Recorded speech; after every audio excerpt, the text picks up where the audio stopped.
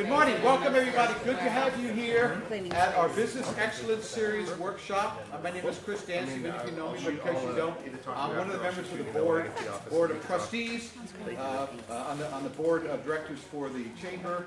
I also help facilitate a great committee called the Business Resource Committee that brings you all here. Several members of the Business Resource Committee, thank you guys so much for all the support. I've got 3 of them here. Let me tell you what this is all about. We love the Rocklin Chamber for a lot of reasons, but one of the things that the Business Resource Committee tries to do is find value for members and for invited guests. And one of the value would be education and training. I'm talking with Layla, and she and I come from corporate America. Now, if you've been a corporate America person, you know that they just train you and teach you stuff you otherwise wouldn't have time to learn. What do you do when you're sole proprietor? When Bill used to work for corporate America in the Bay Area, he was trained all the time. Now he has his own business. What do you do? So we try to fill in the gap. We try to find themes. We try to find topics and specific topics under themes of sales and marketing and operations. The committee this year got together and recognized that the constant request for more information is, how do you use social media in your business? So the phrase was coined by our own creative person, Rebekah, the social media accelerator series for businesses. And so what we have is we've got 4 specific themes we're doing this year, every other month. And we did one in February, and that was on Facebook for business. Now it is, of course, LinkedIn for business. There is no more knowledgeable person than this person here to my left, your right, Rebekah, who will be the presenter. I'm really excited about it. And this is designed to give you hands-on understanding of how to use LinkedIn critical for your business. 2 months from now, we're going to be doing Instagram, Pinterest, and that's going to be in April, May, June. By August, I do that in my head, how many years.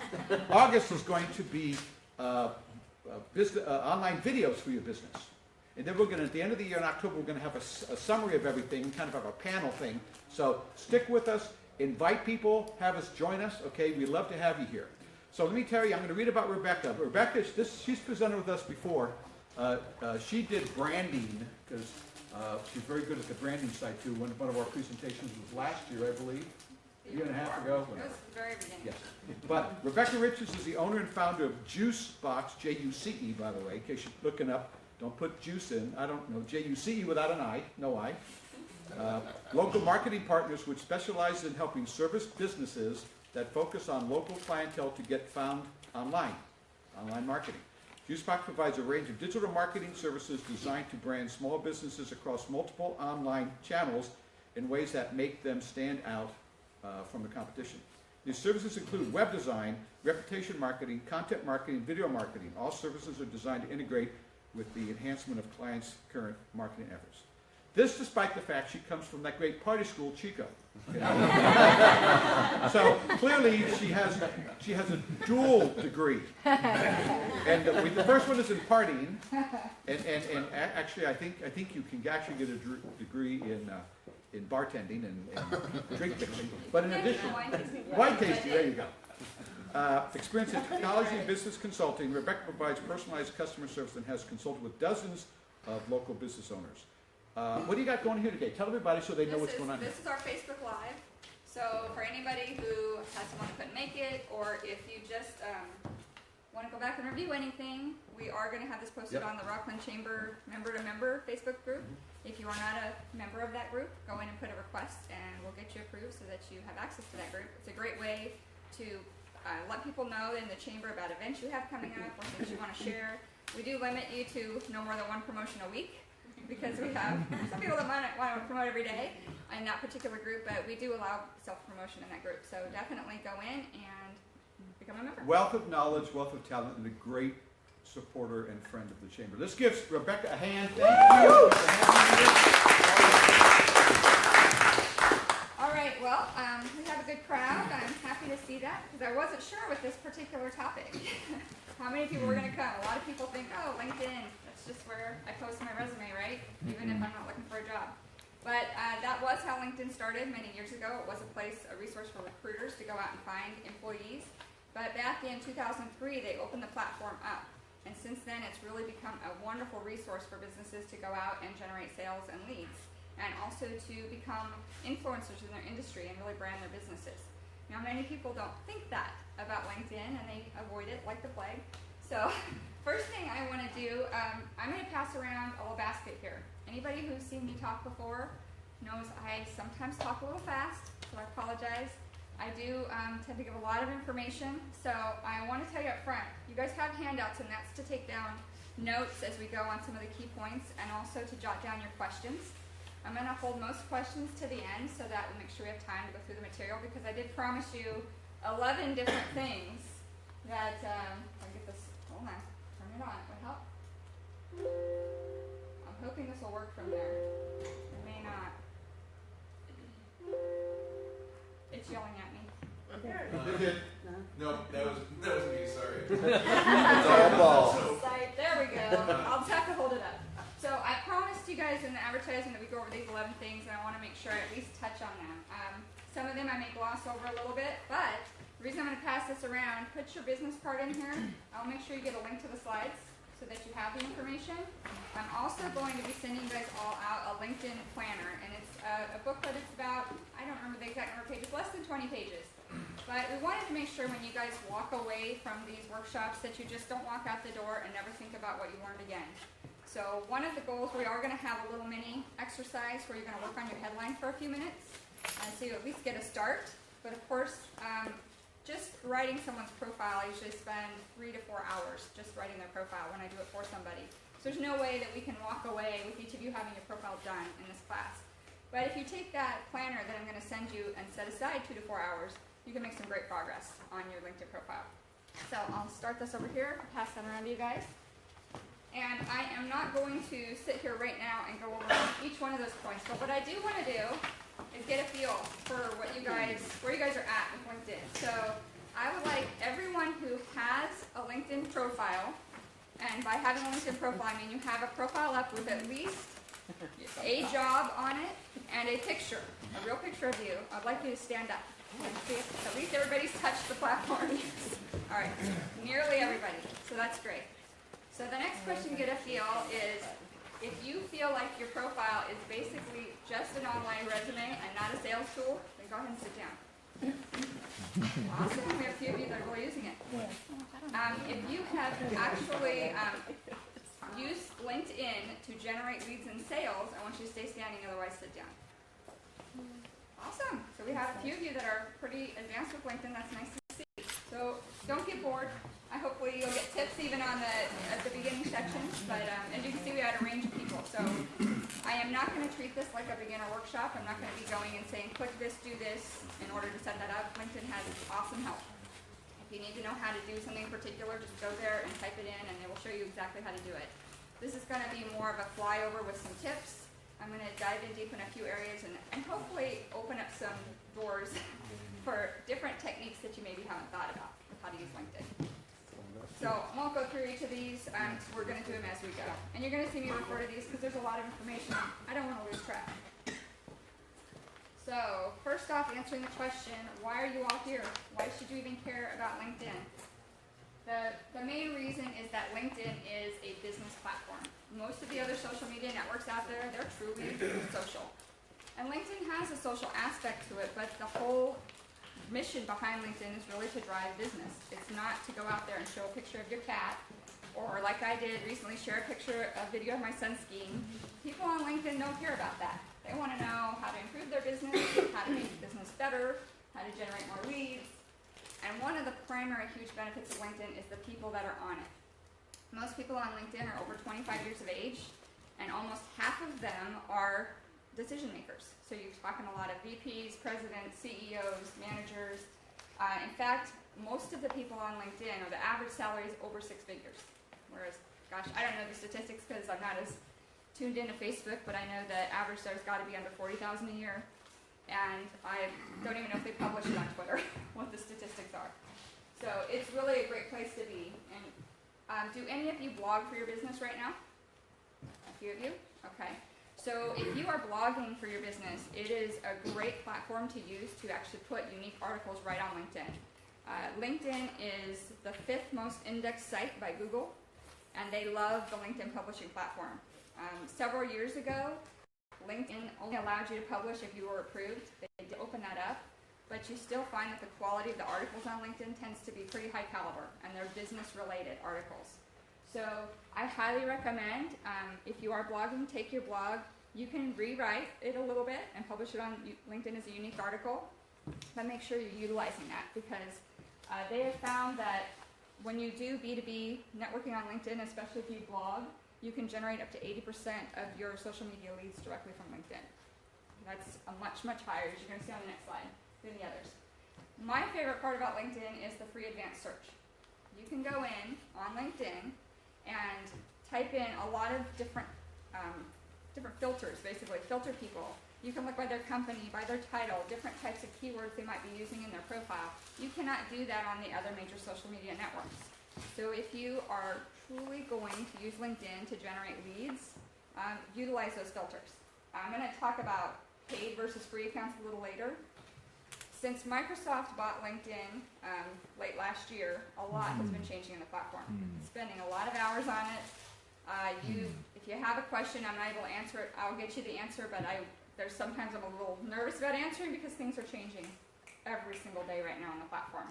The search was one of those things. For a while, they had taken a lot of the filters away on the free accounts. You now have most of those back, but you still don't have the ability to filter to the same level as you do on a premium account. Okay? And for those of you that are business to consumer, a lot of people say, oh no, I don't need LinkedIn. I'm not hiring and none of my clients are on there. But how many of you here are members of the chamber or a chamber? Okay. Is everybody in the chamber your ideal prospect or client? Maybe for some, but not for most people, right? You have to think about LinkedIn as your virtual networking group. So it's that same type of thing. You can connect with people even if they're not your ideal client, knowing that they also have a huge network that you can then tap into if you go ahead and build that relationship. So this is just one study. This was a study done by HubSpot. HubSpot is one of the biggest content marketing companies in the United States. And they did a study of over 5,000 different businesses and found that I'll read you exactly what it says here. The highest visitor to lead conversion rate between LinkedIn, Facebook, and Twitter at 2.74%.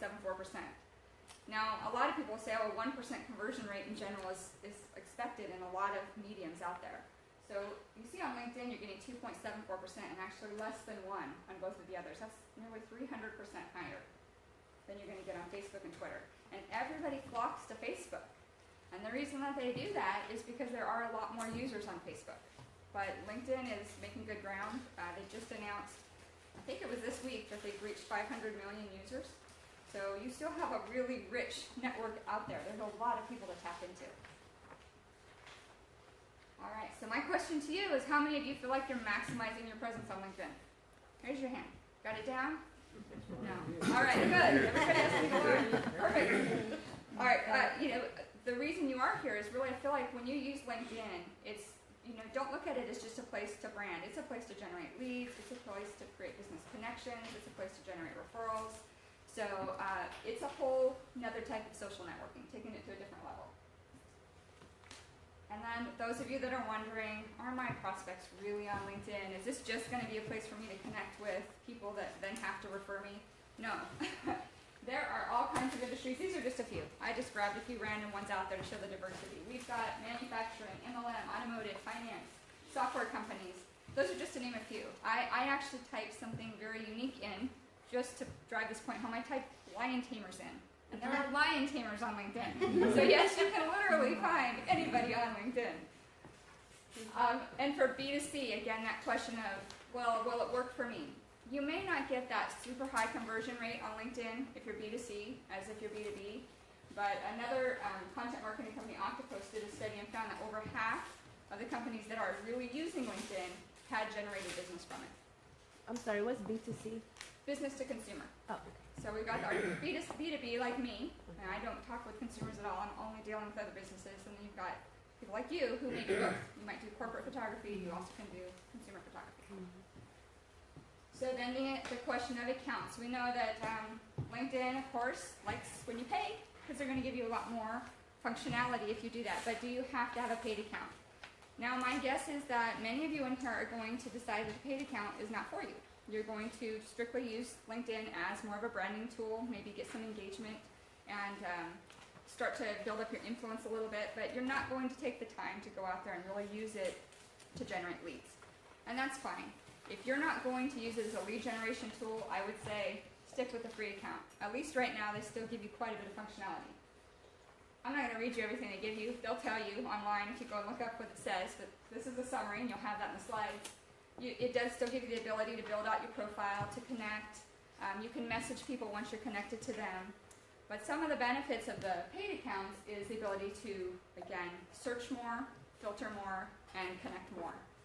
The accounts, there's a huge range. The only two I would recommend for most people here is the Business Plus or the Sales Navigator. Unless you're building up a huge team, there's other options. There's enterprise level.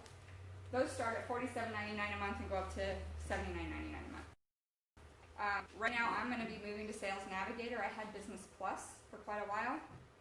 I downgraded about a month and a half ago actually to a free account because when they were making all the changes, they were taking away a bunch of my functionality in Business Plus. And I thought, well, shoot, I got to figure out what I'm going to do. I'm not going to keep paying for this right now because the stuff I was using is missing. But they are starting to add some stuff back. They're starting to kind of, the waters are are no longer churning quite the way they were when they first took over. What you are going to see, though, is that some of the free things that were out there, one of my favorites used to be that you could add notes and tags to your connections, even the free account, that's gone. Now you have to go all the way to Sales Navigator in order to do that. So LinkedIn is definitely following Facebook's lead. You got to pay to play. You want to be seen, you want to have that functionality, you are going to pay for it. Rebecca, what were the top three things again? Basically I'll kind of go over them here. One of them is this one I have in red. One of the top three things with having a paid account is profile viewing. If you have a free account, you will only ever see the last 5 people who viewed your profile. And so that might work for you if you're not really active and you go in and check it every day. And people may say, well, what's the benefit of knowing who's viewed my profile? Well, there are huge benefits because if you are trying to reach out to a particular company and you're going out and looking at their profile and doing some research and you see they're viewing you back, well, now if you reach out to them, is that a cold introduction or a little bit warmer? Right? So it's a great way to have a warm introduction. It can also be a great way to see what competitors are checking you out, right? And they say, keep your friends close, your enemies closer. Well, your competitors aren't your enemies, but I certainly say that you should have a relationship with them. Like, I have a relationship with a lot of the other marketers here. I do a lot in the marketing space, but I can't do everything.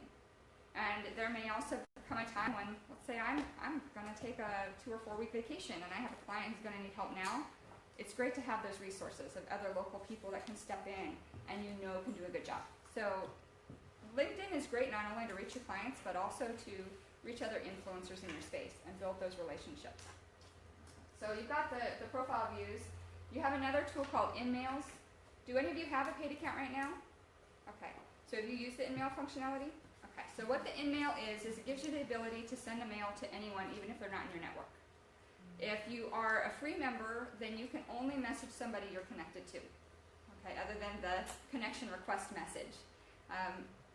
Really, it's a great way, again, to make a little bit more of a cold outreach. And you don't have to make it completely cold. You can go view their profile first. You can still engage on any posts that they have. There are other ways to first warm them up a little bit before you reach out, but it's a good functionality. Now, they don't give you a lot of them. 15 on a business account, 20 on a Sales Navigator account is the number. But again, it's another tool in your toolbox. The big one, if you're using it for lead generation, is that they remove the commercial use limits.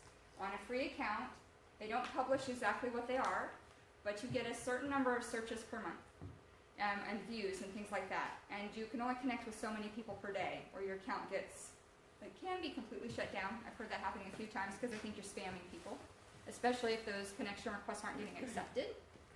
But with the paid accounts, you pretty much have unlimited. You can search all you want. You can spend a lot of time on there. They know you're using it for lead generation, and then they condone that at that point. And this is kind of a side one. It's not one of those top 3, but I mentioned the notes and tags. That's only available in Sales Navigator, but it's kind of turns LinkedIn into a CRM, customer relationship management tool. So when you're having those conversations or those outreach, you can put little notes in there about how you reach them, or maybe you've decided to go after this particular niche, and you want to make sure, even though their titles might be different, you want to tag them all with a certain title so that you know, oh, these are all the people I'm going after in this particular niche. That's only available there. Like I said, I used to have that and use that. They all disappeared when they decided to take that away from Business Plus, unfortunately. There's a bunch of other things in Sales Navigator. I'm not going to go over them all. You can certainly look that up. Okay, and this is just to drive that point home. So on a premium account, for example, this is one of my clients. They were able to have over 2,800 views, and they can go and check every single one of those profile views out. Whereas all of us with free accounts can only see 5. So what are... Do they rotate the 5? It's the last 5, always whatever the last 5 were. And that's basically it.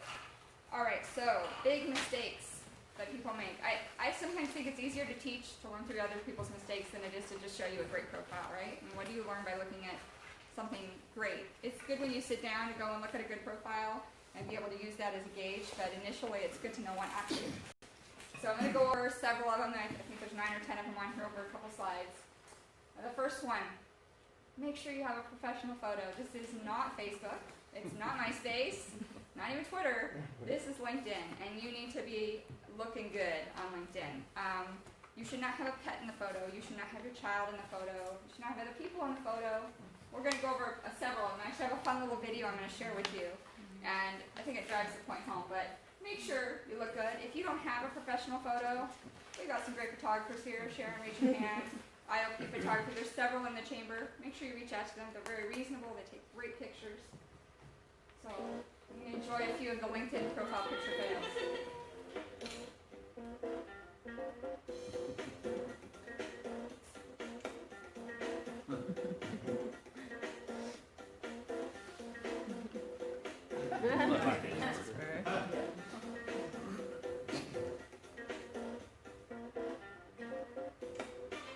Or, that.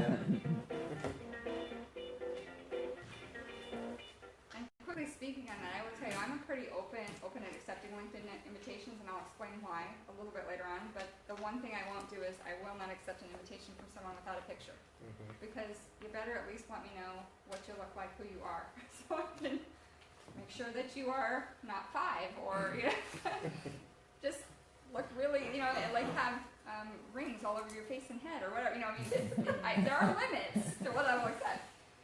All right. So I've got several of them listed here. LinkedIn has a background banner, kind of like your Facebook background image.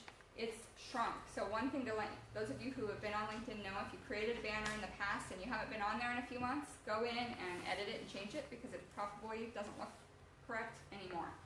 The benefit of that is it's a missed branding opportunity if you just leave the default blue background. You want to go ahead and pick something that speaks to you. Again, you don't have a lot of room, so for Sharon it might be a picture with a family picture off to the side, or a professional image off to the side. If you've published a book or you've done professional speaking, you might have an image showing you do that. And it is okay to have some words on there, even to have a small call to action on your background image, but don't make it a blatant advertisement. Because that would be like me walking up to Nick, never met him, and going, "Hi, I'm Rebekah. Do you need a new website?" Right? You don't want to go right up to somebody and start selling. This is still about building a professional relationship. You want to make sure, I mentioned that at the beginning, it shouldn't read like a resume unless you are looking for a job. And even if you are looking for a job, remember this is a marketing and sales tool. It's not like that old-fashioned traditional resume where you just list bullet points of everything you did. You want it to benefit rich. You want to make sure people know why they should be connecting with you. And finally, no media. No matter what business you're in, you can certainly be generating some type of media that draws attention to you. that establishes your credibility. So whether it's photographs of people, of food, or it might be a white paper that you've written if you're in a more professional space. You might have a video that you've created. You can have a presentation that you did and upload the slides. LinkedIn actually owns a company called SlideShare. So when I send you the link to these slides, for example, it's going to be uploaded to SlideShare, and you'll get the link to that. And that's a great way also for that presentation to then be able to be seen by other people out in the space. So use that media section. Try to put at least one or two things out there, because as people go through and look at your profile, it helps them see, oh, this person isn't just saying they do that. They're showing me that they do what they say. Even for you guys, restoration, pictures of what you've done, case studies, before and after testimonials.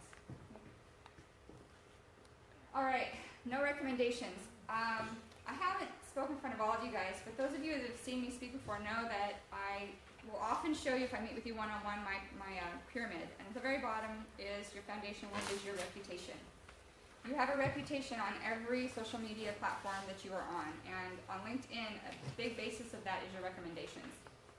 People are always going to read what you say, but they're really going to believe what other people say about you more than anything.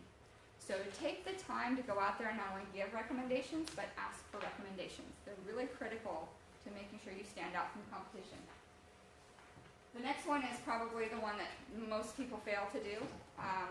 Not writing any articles for LinkedIn. I see only a couple people were blogging at all.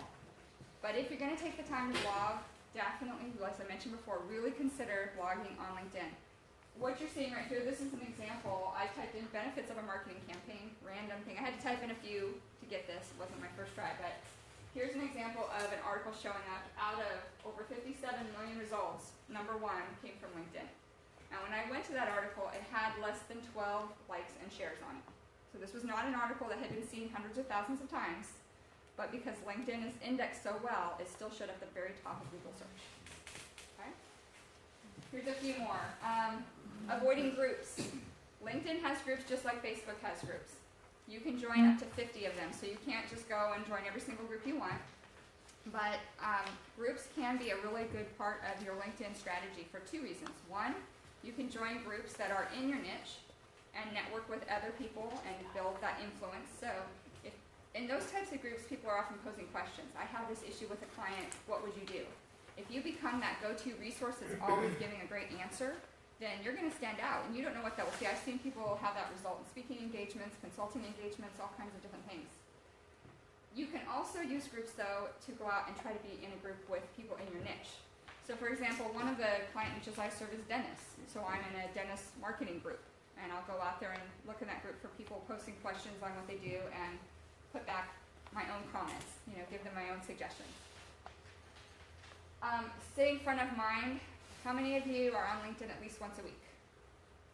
Only a couple. Okay. So just like any platform, if you just set your LinkedIn profile up and then you avoid it, it's a ghost town. And people will start to be able to tell. Your network's not going to grow. You're going to have very few people connecting with you. So engagement is not just connections. Engagement is going out, looking at posts, commenting, trying to engage in the groups. There are a lot of different things you can do to stay involved, but this doesn't have to be time consuming. If you're not using this as a main lead generation tool, you can easily engage on Facebook in 15 minutes or less a day. Just going in, do I have new connections? Is there someone who I want to put a connection request out to? Responding to messages, maybe sending a couple congrats if you see notifications. Even there though, do I really want to get a happy birthday message from someone connected to me that I don't know? Not really. It doesn't really mean anything to me unless they kind of go out of their way and try to make it more personal, right? So if you're going to go ahead and try to build that relationship with people you don't really know, then personalize it. Put something fun in there. I mean, I used to do one, I'd be like, woohoo, see you at your birthday, hope you have a great time. So it wasn't just like, happy birthday. Try to be a little unique. Adjusting your settings. How many of you plan on trying to work on your LinkedIn profile in the next week after this class? Hopefully most of you. Make sure you go to your settings. There are a whole bunch, and I have a whole sheet of them listed here. I'm not going to tell you them all, but there's one very important one here, and that is to make sure that your whole network is not going to be notified of all of your updates to your profile. The only time you want them notified is if you're changing jobs or you have something major. Otherwise, leave that off, okay? The other thing while you're in those settings though is make sure that your settings are set up to where you're very open. People can view your profile, your full profile. People can send you messages, because if you want to use this for people to connect with you, you got to be connectable, right? And a lot of people will shut things down. If you're afraid of social media and afraid of what people will find out about you, then you just don't belong on there at all. Because not being active and making it hard to connect doesn't serve you. Now this hashtags, I credit this to Robin. She sent me this article. I had not seen this. LinkedIn has decided they want to become the worldwide business resource for all information. And so they're finally joining the hashtag bandwagon.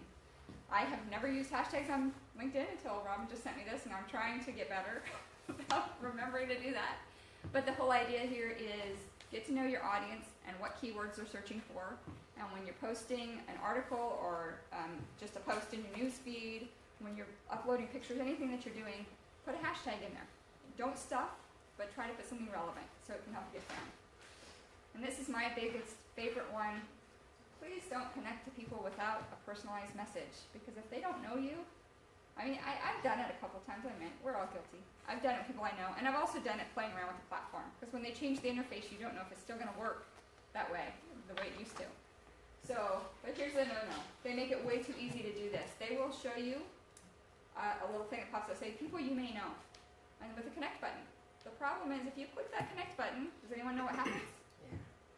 What happens, Kim? It gets, unpersonalized message goes out to everyone. Right, it just says, I'd like to add you to my LinkedIn network. That's what they get. Well, guess what? They've gotten that a whole bunch of times. They don't know you. Why? Why do you want to add me to your network? Now, they may take the time to go view your profile and see if it's worth their while, but a lot of people just will ignore it if they're not a pretty open networker, right? The right way to do it is to use the search functionality. Actually go out and search for somebody by that title or at that company in that niche, and then click connect, and it will give you the option now to send a note. Okay, that is one thing I really like about the new user interface. It used to be much harder to connect with people you didn't know personally. Now they've decided to get rid of that. You don't have to enter in their email address anymore unless they have their profile locked down. There are still people that have it locked down that require you to enter their email address in order to connect with them. Now here's an example. Yes? I just wanted to make a comment about the don't connect. I think, or you think, that if you know this person, but they just automatically popped up, but you know them, you see them regularly, if you just hit connect. It's not the end of the world if you do that. If you do already know them and you hit that, that's probably not the end of the world. They're probably going to accept it. But they're still not going to mind either if you say, oh my gosh, haven't seen you in 6 months, and you just popped up on LinkedIn, right? I mean, that just adds a little personality to it. So still recommend you try to personalize, but they're more than likely going to accept. I will tell you, I just went through when I was getting ready for this presentation, I was checking some things out, clearing things out. I've used this strategy pretty close, and always tried to add a personalized. And so in my history, I have less than 20 invitations that haven't been accepted. And I have over 2,800 connections at this point. I'm not sure how many I've sent, but that's a pretty good acceptance rate overall. Here's a great example of a beautiful profile. Rob and I worked together over the summer. She had nothing. She was not on LinkedIn. I'm like, why are you not on LinkedIn? You're business to business. So we got her profile done up. And so this is kind of, you need an example to see. You can look at mine, you can look at Robin's. But she's got her nice professional picture. We've got branding with the Rocklin Chamber on there. One thing I haven't talked about yet, she has a vanity URL. Go out there if you haven't, try to claim your name. If you can't claim your name, add an initial or add a keyword, something that explains what you do in your title. She also does not just, if you notice her headline, which is the bold, it doesn't just say Rocklin Chamber CEO. You know, it talks a little bit about what she does, and we're going to go over that in a few minutes, what you want to put in your headline. And then she also, in her summary, a lot of people will not put anything in their summary, or it's not really helpful. Your summary used to show the whole entire thing. That's a new change in the interface. It now shows around 240 characters. They haven't published what it is, but people are saying that's the average. So those first couple sentences should be helpful, and they should reinforce the headline. Okay? And now we're going to go into the headline. So the headline is easy. You don't have that much to do. You only have 120 characters. So how much can you really put in? But what you want to focus on is the what, the who, the how you help, and if you have room, give proof. So I say that as a caveat. Majority of the headlines you see out there will not include the proof in the headline. If you have a great way to drive, like delivering 150% ROI on video marketing or something. You could do that. If you're not able to fit that into your headline though, then just make sure it's in your summary. Make sure it shows through your recommendations and through your media. There's a lot of ways to give the proof, but do definitely try to fit those first three in, okay? So don't just say, mattress store owner or chef. You want to expand on that a little bit. Who exactly do you serve? And in LinkedIn space, you may want to think about, like Jan, even though she will do personal, she does weddings, on LinkedIn she may want to focus on her business and corporate catering instead, and that be her primary audience. So if you have multiple audiences, try to pick one that you serve on here. Here's another little fun video. My goal is to revolutionize people's lives through art, technology, and entertainment. Welcome to a window into the life of me. These are headlines, not Inside my brand. I'm retiring from nursing / master bodybuilder / simultaneously soft and hard. I used to be a successful city trader earning a high six-figure income. Reuben Jones has distinguished himself with many levels. Ray Fisher knows how to make an impression. He was worn black since he was 14 years old, assisted La Chapelle while living in Paris, and hates flowers. What makes Darren Hill so special? I moved up the homes of the survivors of an avalanche. I run towards fires. Alright, so that was just to, get the creative juices flowing. No, don't do headlines like that. It was a scoop on some of the funny, real actual headlines that were found on LinkedIn. There's actually about 9 minutes of those videos on LinkedIn. I just pulled a little snippet out. But we're going to do a quick exercise. If you pull out your packet there, I think it's on page 3. And what I want you to do is we're going to just take I'm not going to give you a lot of time, maybe about a minute and a half. And I want you to write down your title, write down who it is you serve and what you do. We're not going to focus on the credibility part right now because that's a lot to try to figure out quickly. So jot those down and then try to come up with a headline, remembering that it has to be 120 characters or less. Don't count right now, you can figure that out later. And then I'm going to have you stand up and share your headline. We're going to see what people think, if that's a great commercial for you. One thing you can keep in mind is when you write this headline, if you're going to networking events, this is an actual perfect type of thing to stand up and say at a 7 or 10 second introduction. So that's another good way to think about it. How would you want to be portrayed if you only have a really short period of time to say it? So, go ahead.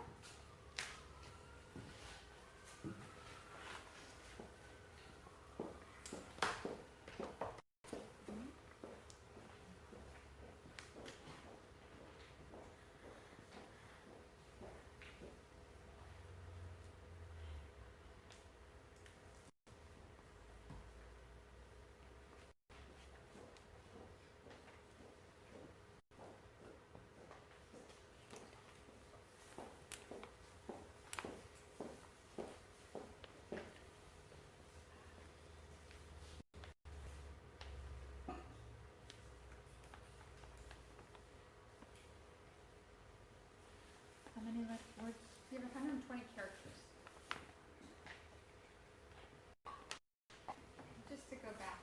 Let me get back there.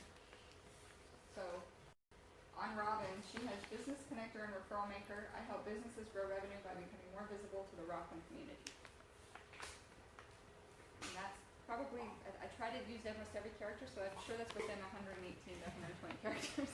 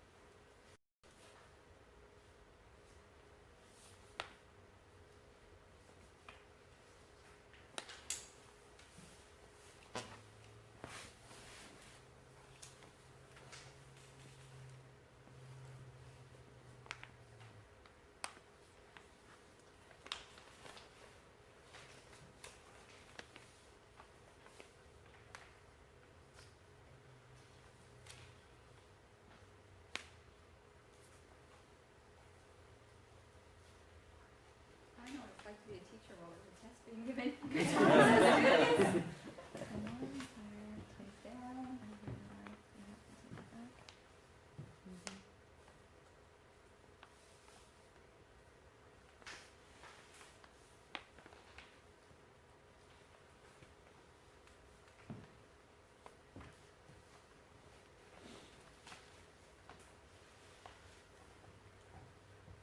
It's like, yay, I have to do this exercise.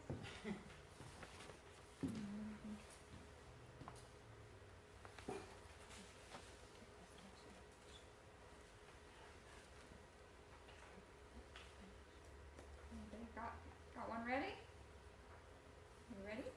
All right. Do you want to stand up, Reba? And I'll do it. I'm Raise being your brave. hand. All This right, is different than what I have there now. I'm a learning leader who inspires individuals, leaders, and teams to transform their lives through StrengthsFinder and Lean Six Sigma. very good. So she definitely covered the who, the what, and the how, right? And then, so in her summary, she would want to go on and show that to credibility. Again, like I said, it's very difficult. I see maybe the top 1 to 5% of profiles even try to get to that credibility portion, but that's a good job. And that's way better than, she might have just said, coach, right? And you'll see that a lot. What kind of coach? Do you teach physical education? Do you coach me? Are you a life coach? Are you a business coach? She's really telling, this is exactly who I'm trying to connect with. And this is exactly who I serve. Is there anyone else that has one that they would like to share? Beck. Family-owned mattress store owner. Ideal client, most people over 18 years old. Benefits save 50 to 80% off retail prices. Low overhead prices save you 50 to 80% off traditional retail store purchasing. Meet by appointment to personalize your review process of mattresses with a no pressure approach. All right, so he's got a lot of information there. Let me just give you a quick little bit of feedback. He does talk about the who. He says what he does. He says you might want to say like where you do it, because obviously you're not across the United States, right? But that's going to be way too long for your headline. So that's a great starting point, and a lot of that information you can pull into your summary.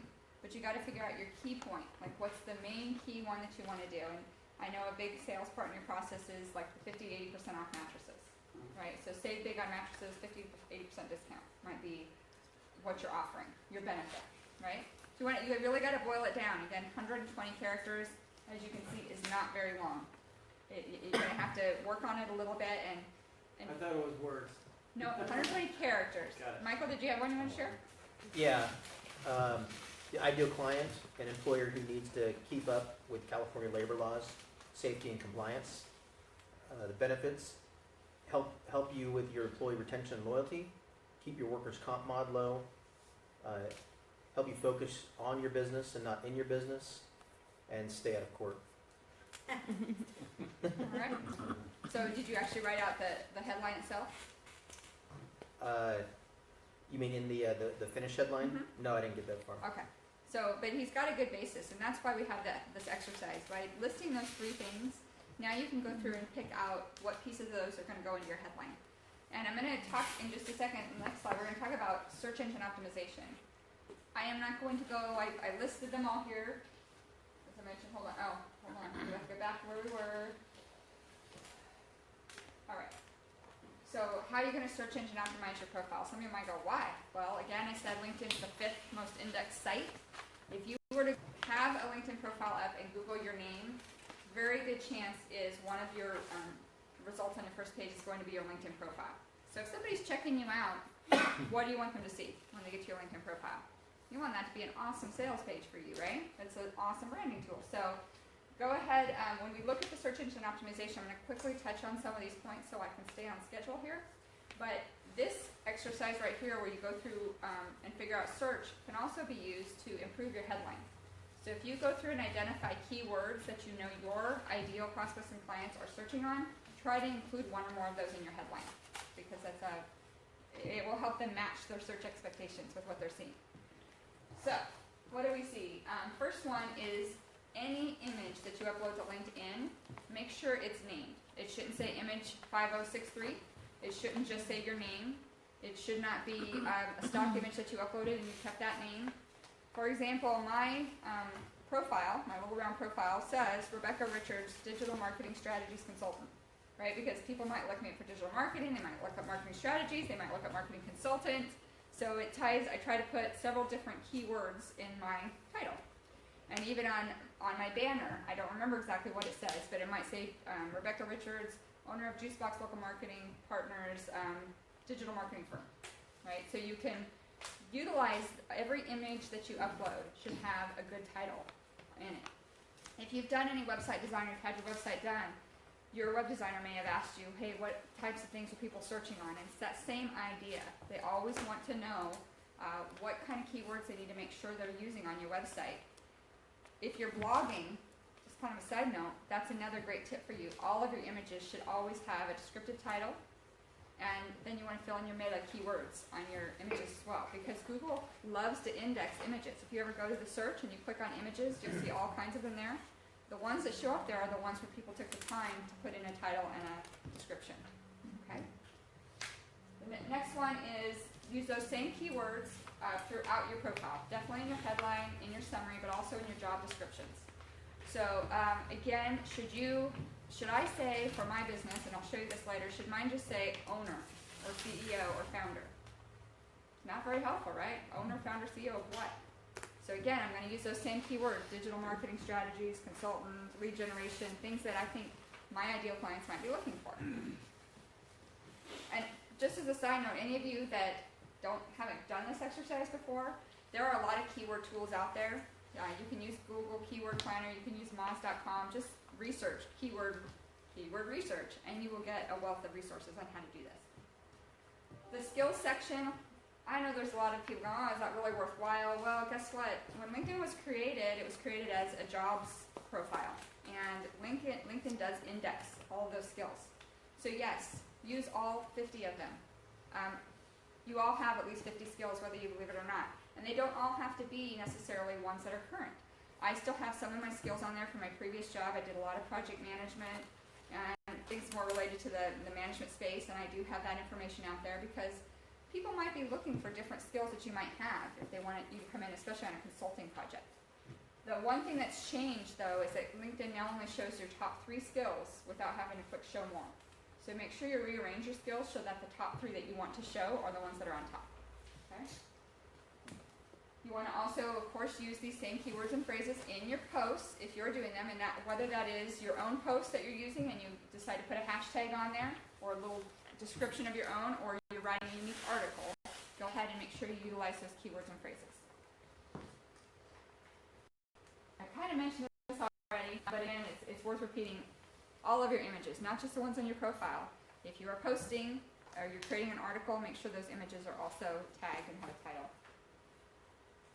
And this one I should have put up a quick picture so you could see, but in your contact information section, you can add up to 3 links. Okay, and a lot of people don't utilize this section fully. They maybe put a website link, and they just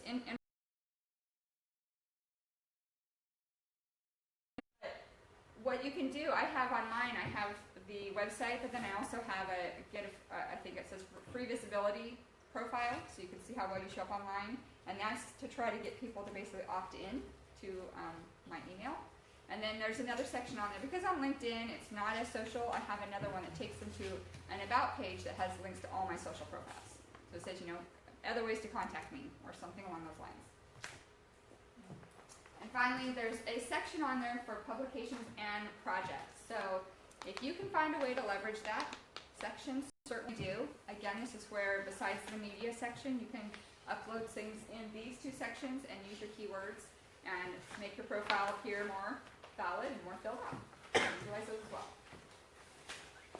Now we're going to get to the actual profile. And when I say profile tips, this is mainly relating to your summary section right here, most of these tips.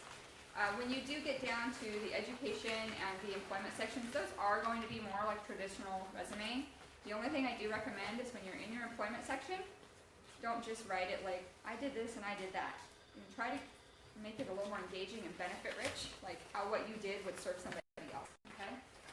So another one is repeat your headline, not verbatim, but make sure you have consistency. Whatever you said in your headline, you need to expand on it in your summary.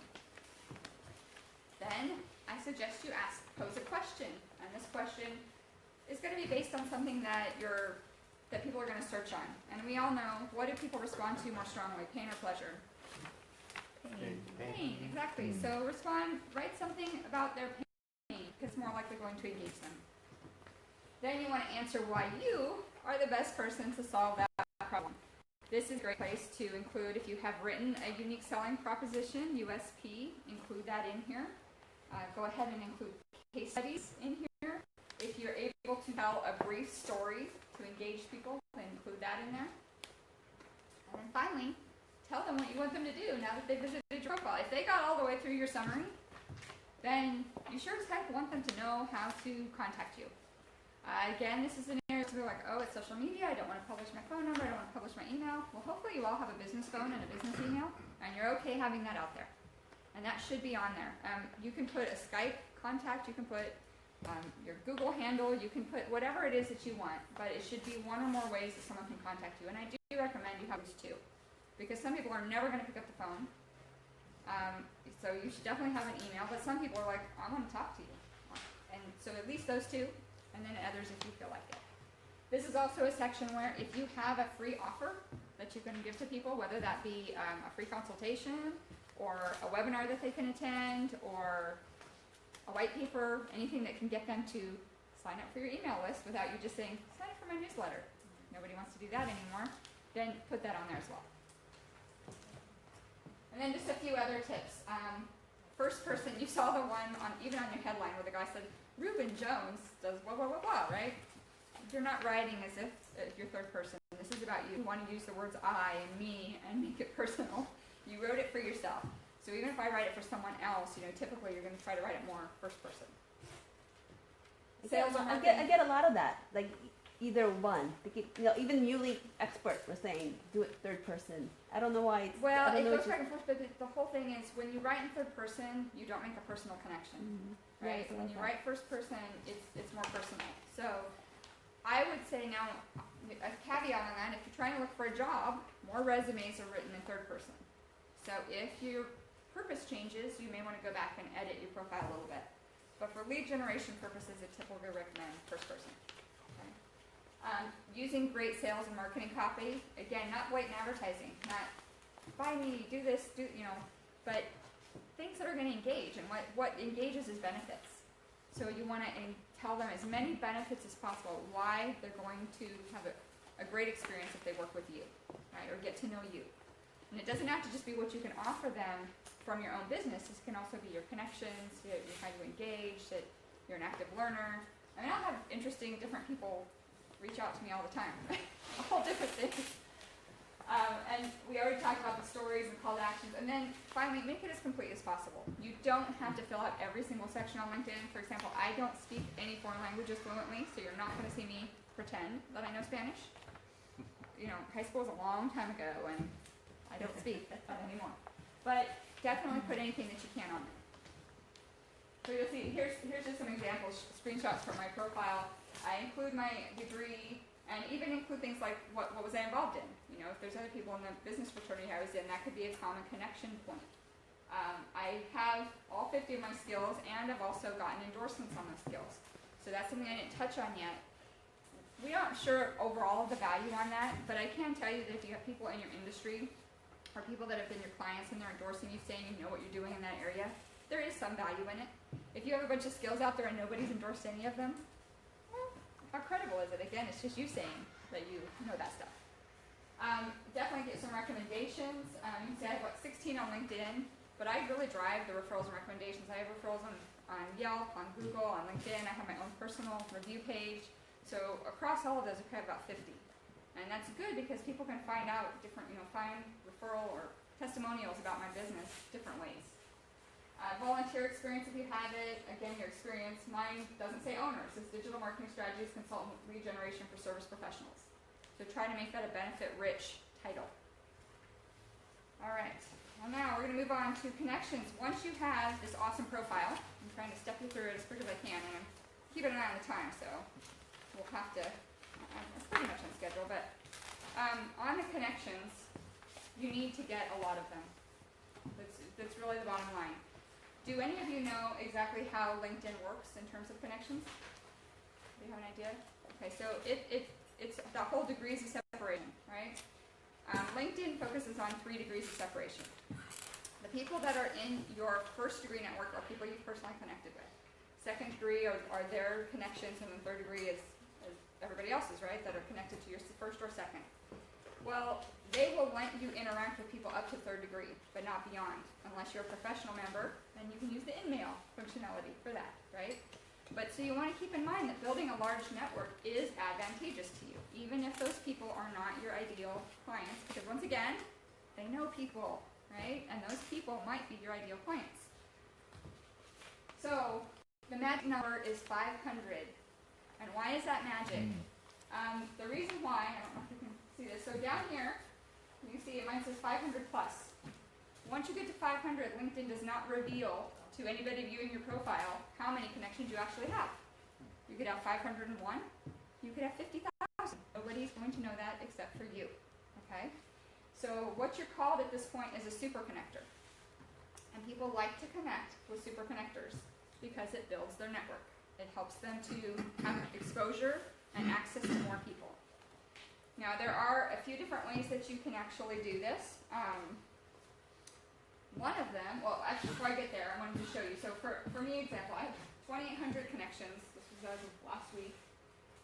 But if you look at just my second degree network, I have over 400,000 people when you expand to second degree.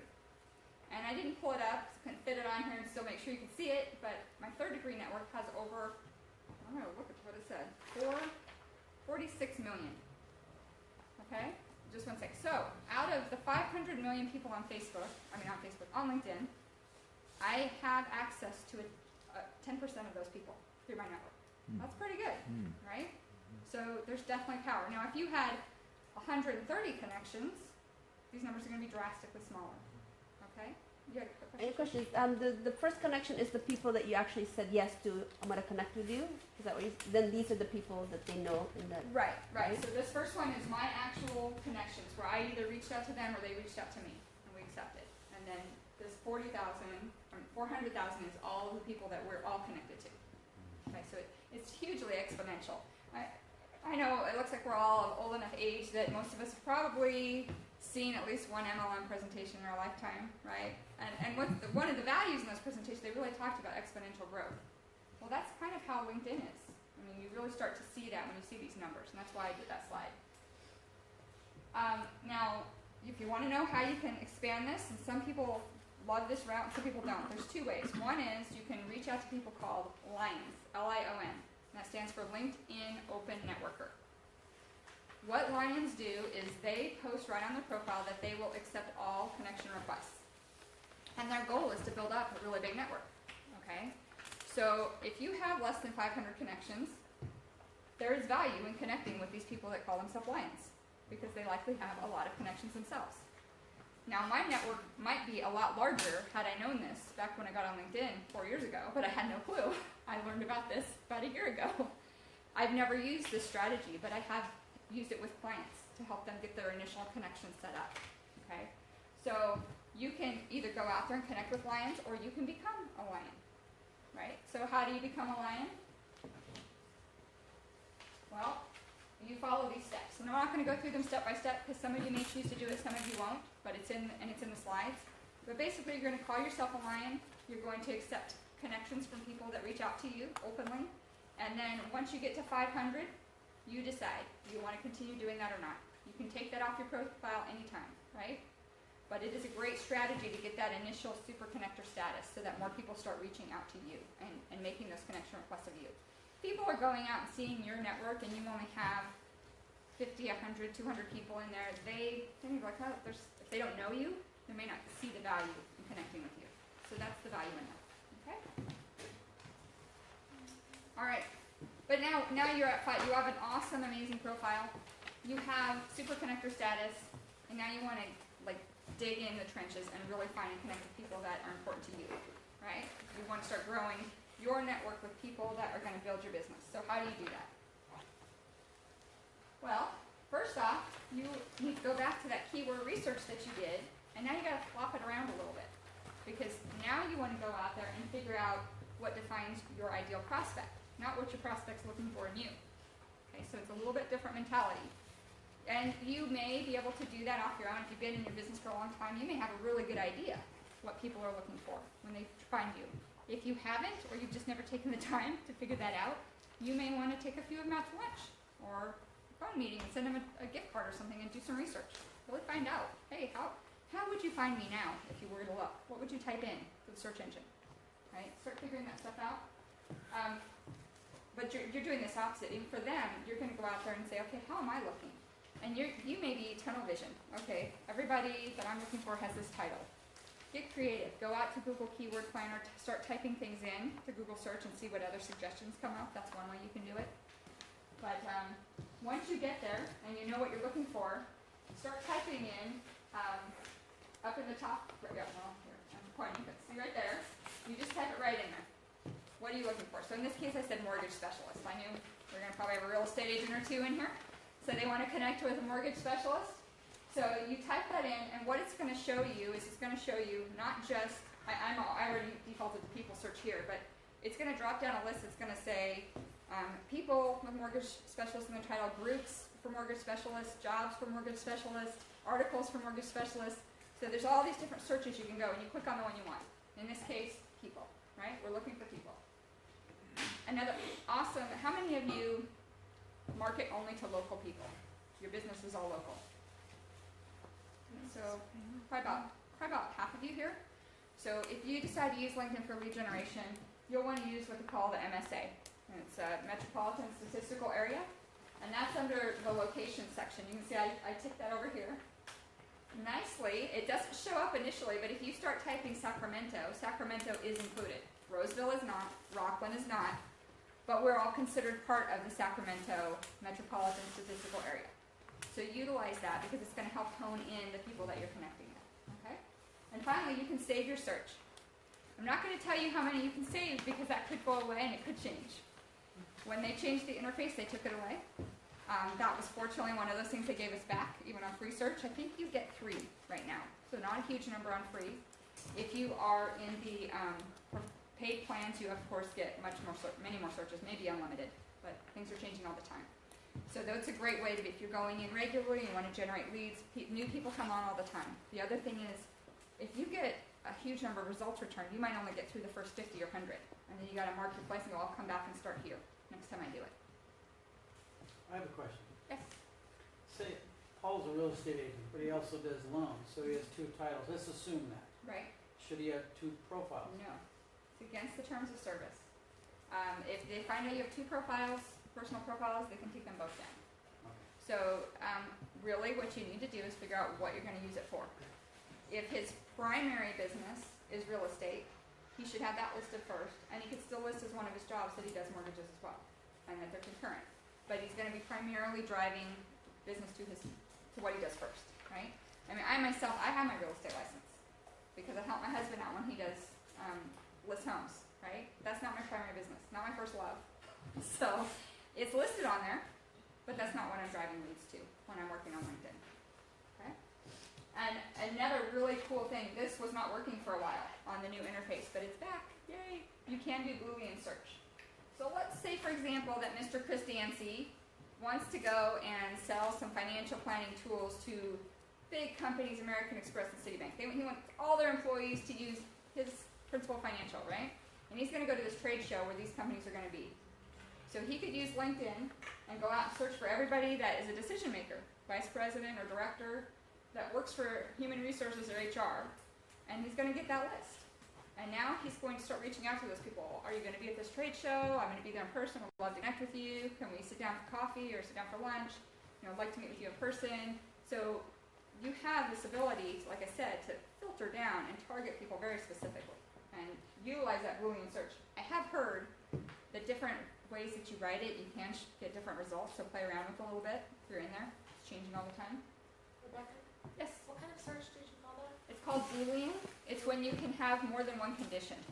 So you can say you have to be a vice president and in HR, for example. Thank you. And then just here's a few other ways. And again, in essence of time, I'm not going to go through each one of these. It's in the in the presentation, but the bottom line is it's all about engagement, just like on anything else. If you connect with someone on any social media network and you never bother to do anything else to create that relationship, the relationship doesn't exist. So always be out there looking for ways. One of the ways that I think is kind of cool, and I think it'd be great if more people used it, is sharing company updates.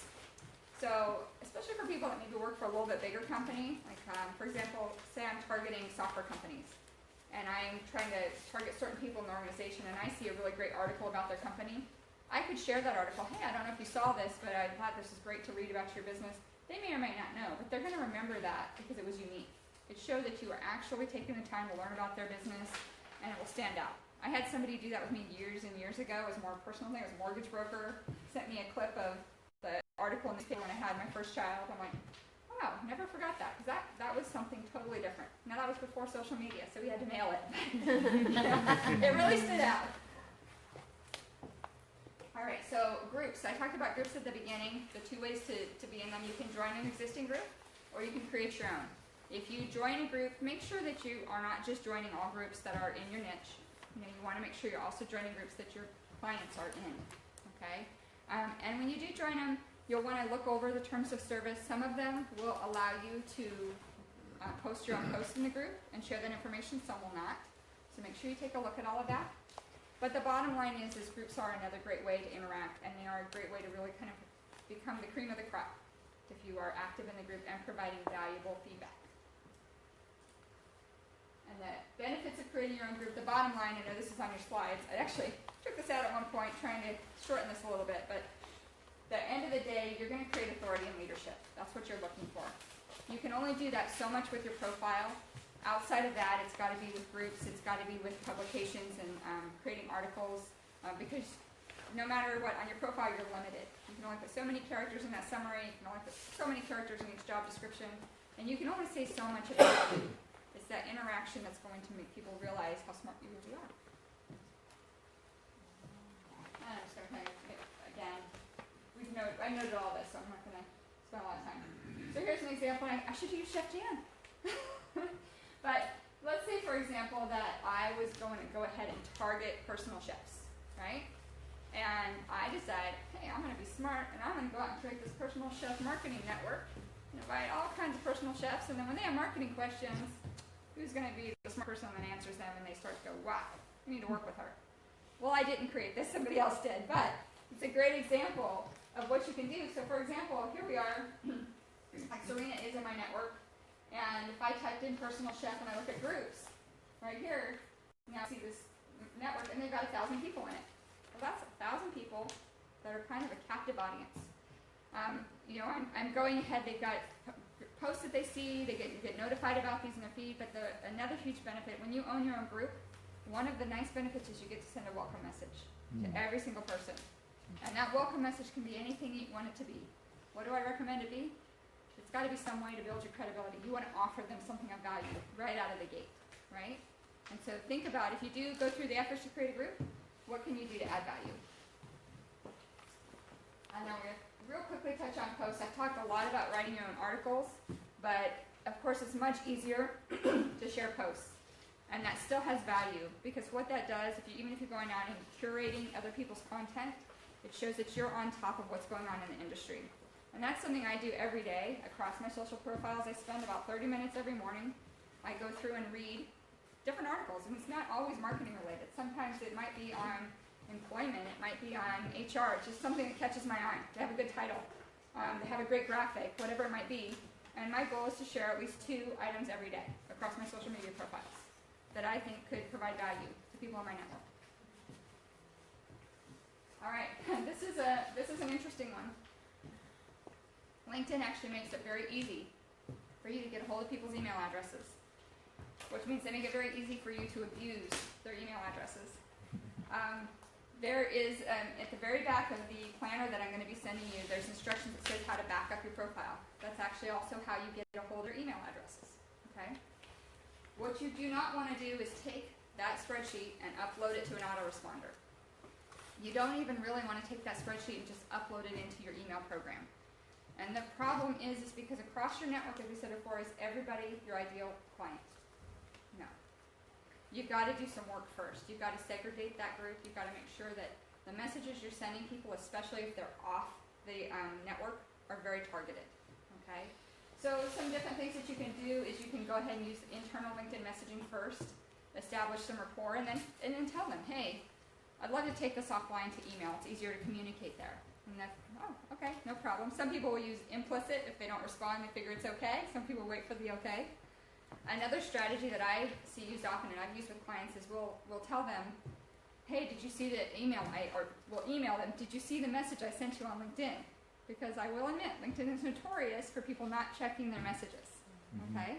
So that can be a strategy that makes it's very personal, right? You did send them a message, it's directed to them, it's not an autoresponder, but now you have them in your email list. In that email, can you place a link that will take them back to that post? I haven't tried that, actually. Make it easy for Because them I to- don't think you can, because it would be on their profile, and you're not going to have that link into their messaging on their profile. You can only put the see link their to your profile and it would be on your page though, right? They can't see your messages on your page. So, Oh. but when they go into LinkedIn, they just put messages and they'll be able to see. Okay. It's still pretty easy. All right. So bottom line is use that functionality. Don't be afraid to use it, but when you do, make sure it's very personal. And then finally, I wanted to talk about. I'm sure many of you in here are going, "This is all great and this sounds good, but how in the world am I going to fit this in?" Right? Because we all suffer from that. Even myself. You know, you always hear how the cobbler doesn't have the best shoes, right? I always put my clients' needs first, right? So if I have an article needs to get written that week and I only have time to write one, it's going to get written for my client, not for me, right? I know how it is for people. So these are just some of the things that you can outsource and automate, and I listed those things together because, of course, there's tools.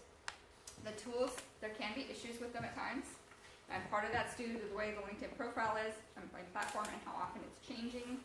But the tools can be helpful, but you can also use people, right? And again, LinkedIn doesn't make that super easy. I will tell you, especially if you try to hire an offshore outsourcer to do this for you, they recognize where people are logging in from, and they're like, hey, you're supposed to be making your own profile changes. What's going on? Why is this person in the Philippines doing it? So they make it a little difficult to get going when you do that. But profile copywriting certainly can be outsourced. You can have somebody do that for you, and then you either go and load it yourself, or you want them log in one time and do it. You can have your connection requests automated. You give them the parameters. What types of people do I want to connect with? And now they go out and do that. Monitoring your messages. Again, what I tell you, people are really bad about checking their messages. And so if you're going to be active, you want to make sure you are checking yours every single day and responding.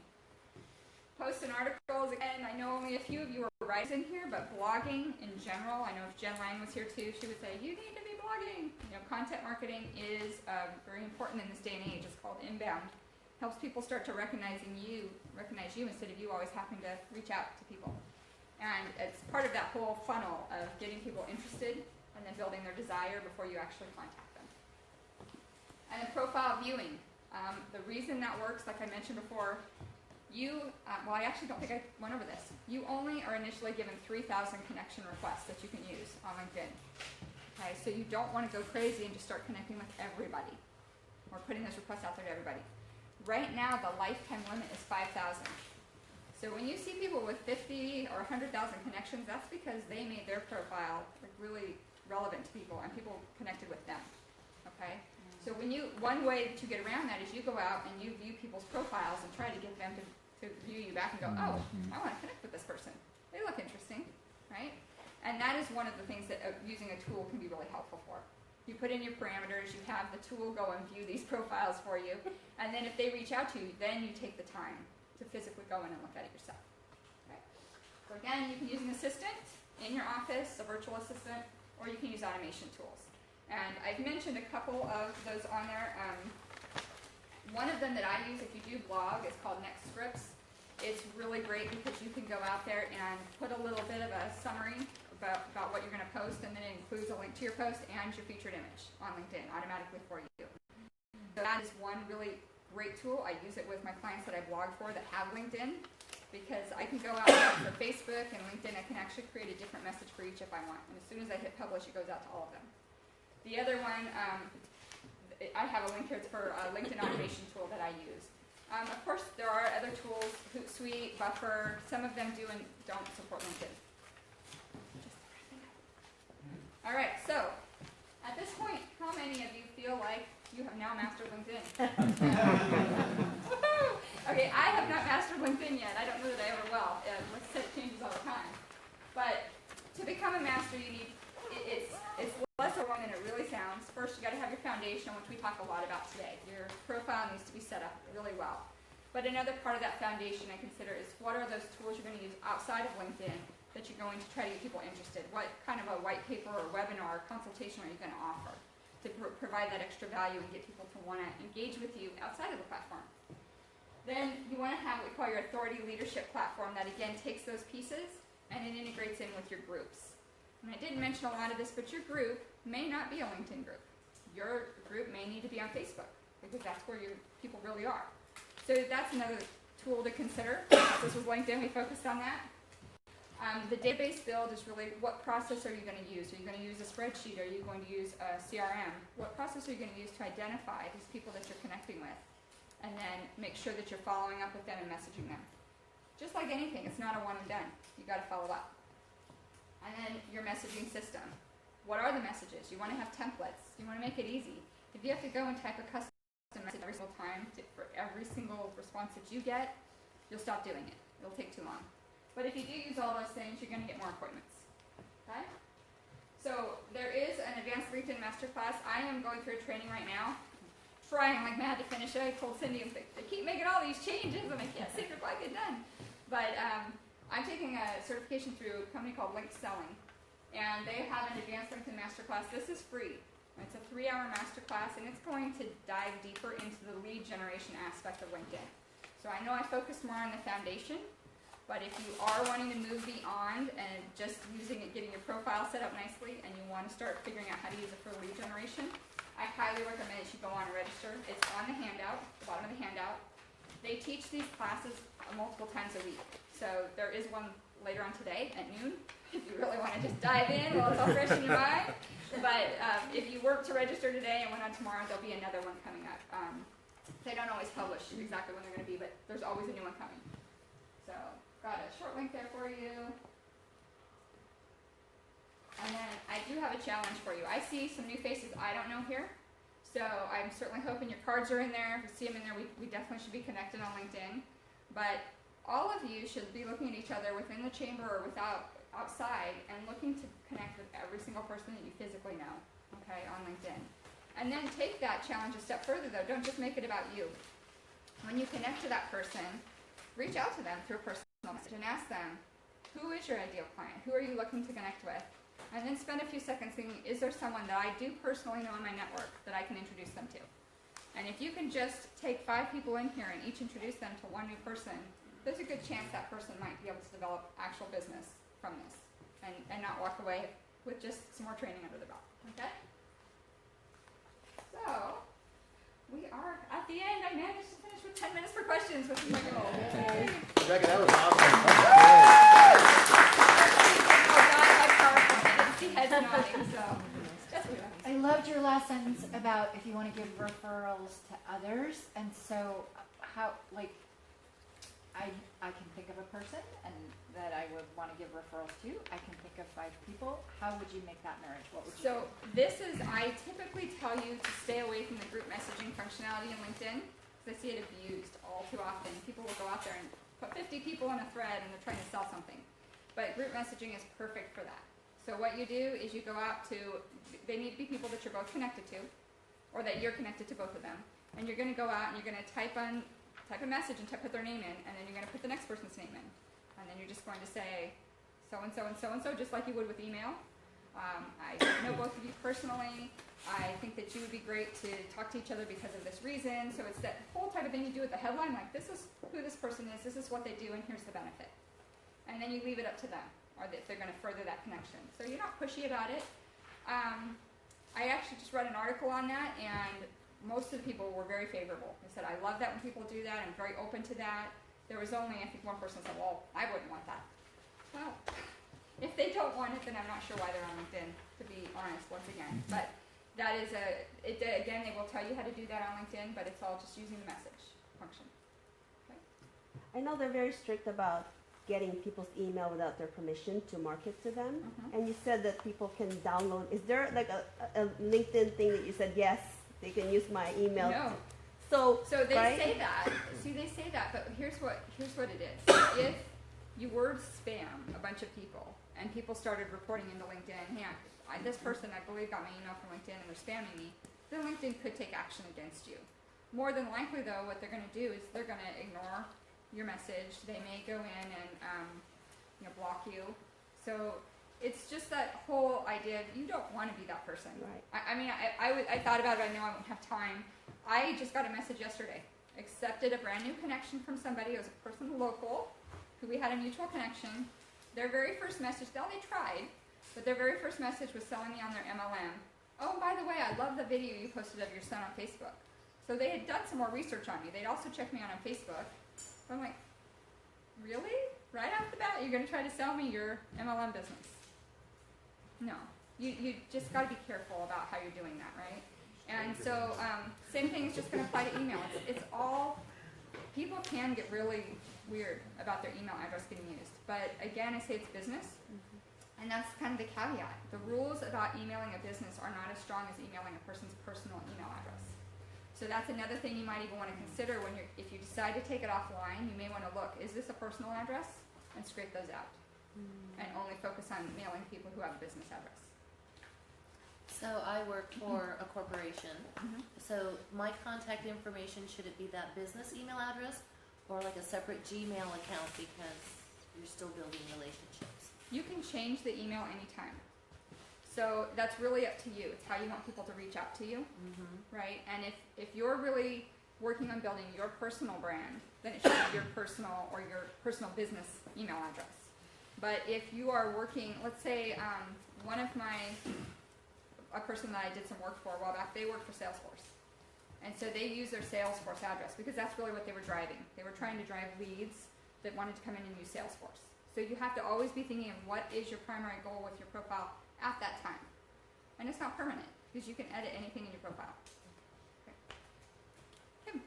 Let's say you try the lionizing, Mm-hmm. and you get a lot of people that connect with you that are, in my case, I have a lot of people that try to connect with me from China. Yeah. And I'm not really interested in connecting with a lot of people from China. So after I become a lion, and now I want to shut that down because I've got 500 connections, can you disconnect nicely with people because you don't really... Well, there are ways to block, but what I found is really you don't see a lot of abuse, typically, even with the lions. Their goal isn't to go out and send you a whole bunch of messages. They might send you one. I get a lot of overseas outsourcing companies reaching out to me. But I will tell you, there's been a few of them who've done it in a professional enough way that I have followed up with them to see what they have to offer. Very rare, maybe 1 out of 50, but I will occasionally because I can tell they're really professional. But the bottom line is, even with the lion thing, they're reaching out to a lot of people in the United States.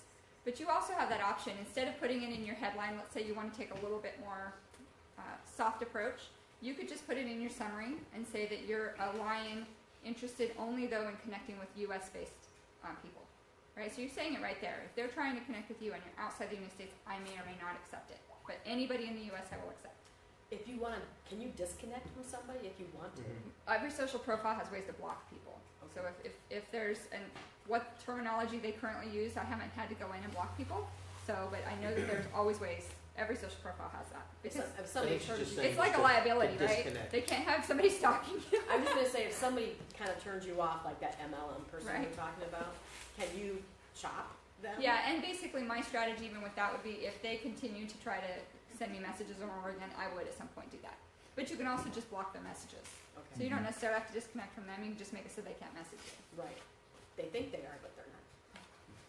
Do you have anyone else? I know Charlene wants to do a quick wrap up. We good? Now, guys, my contact information is on there. If you have follow-up questions, obviously, in the essence of being able to stay effective in my work, I prefer them to come through email. But I am more than happy to answer them. And if you want to sit down and talk more about how you can outsource or automate any of your LinkedIn, then I'm happy to talk to you about that as well. All right? Hey, and before you guys leave, try and connect with someone that you've not met before in the room. Yes, absolutely. Just to say hi and pass a card. Very good. Thank you guys. Let's give her a Appreciate big your hand. time. Isn't she great? I'll tell you, she's great with the chamber, great with our business resource committee.